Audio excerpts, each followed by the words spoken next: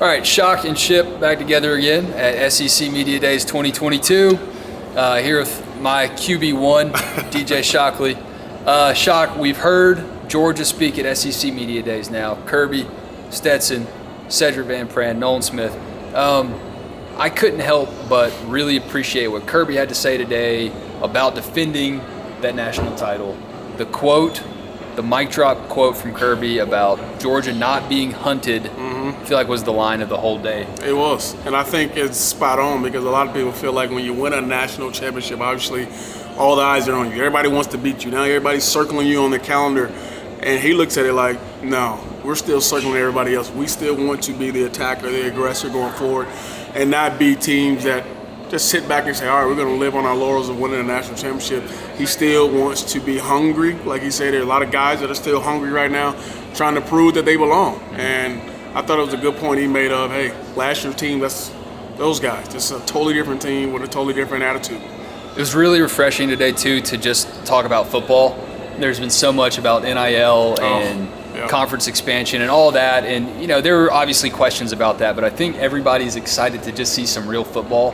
What was your biggest takeaway from a football standpoint, whether it was from Kirby or the players that came today? You know, I just think it's all about each team, when you come into this point, feeling like they can win. Each team feels like, all right, we've done all the proper things we wanted to do in the offseason. We've, you know, kind of had the camaraderie. We've been together. We have started new. We got some new guys in new spots. We got old guys coming back. But each team feels like they're going into this season feeling good about where they are right now, which is, you know, how you should feel going into a season, which a lot of teams are. But I think there's more teams coming in with less questions than we have in the past. There are a lot of good quarterbacks in this league. I remember a couple years ago, you were like, oh, man, you only got one or two returning guys. But now you got so many good quarterbacks coming back, so many top-notch players, and you got some really good coaches in this conference that's going to make it fun.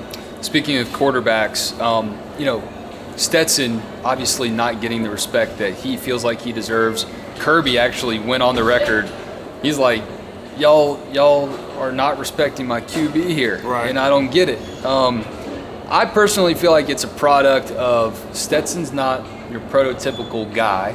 A lot of these guys in the rankings are, but I don't know that there's a quarterback offensive coordinator combo. That's what really should be ranked. Yeah. Because if you have that, Stetson's not outside the top 4 or 5 in college football. Yeah, no doubt about it. I mean, I think you look at what he did last season, the things that he's had to overcome, and I think the number one thing about Stetson, he's efficient, man.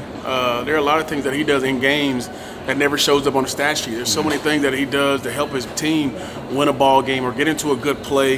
There's so many times where, you know, I'm on the sideline and I'm talking to certain players and they're like, all right, he just changed the play to this, and you see a big 30-yard run, and everybody talks about the big run or the blocks up front, but Stetson got him into that position. So I think him and Coach Monken being together these last few years is huge, and you bring up a great point about having that kind of offensive coordinator and that kind of, you know, player that know each other.